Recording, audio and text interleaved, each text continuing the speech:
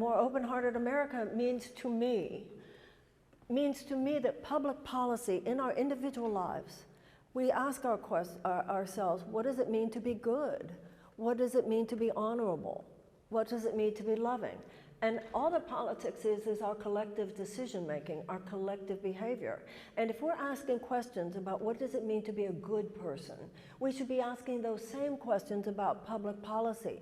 Public policy should not be devoid of ethical and moral questioning. That's number one. Number two, you know, a lot of politicians would say to you, send me to Washington to fight for you. I don't want to go to Washington and fight for you. I want to go to Washington and co-create with you a new chapter in American history. The things that I would have to be dealing with in Washington, you need to be dealing with in Concord.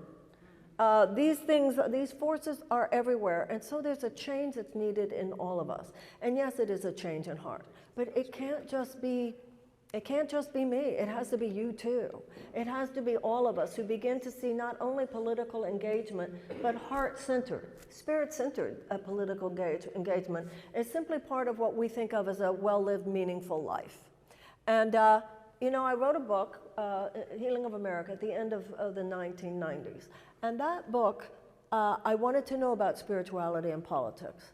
And that was when I read a lot about American history, more than I had. And I found that Mahatma Gandhi and Martin Luther King had already done all this. There are no wheels that need to be reinvented here. Mahatma Gandhi had already articulated a philosophy of political nonviolence. He had based a lot of his work on the transcendentalists in the United States, Thoreau, Emerson, and others, the Quakers.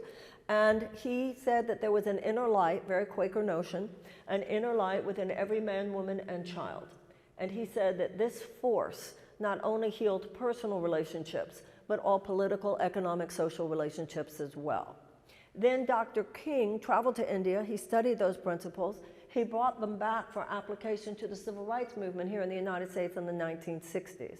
The idea here is that the end is inherent in the means. Everything we do is infused with the consciousness with which we do it.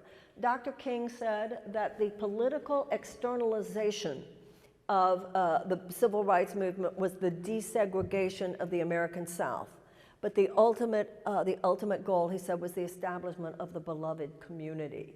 He said that in order to have the beloved community, we must have external changes in our circumstances, but internal shifts in our souls.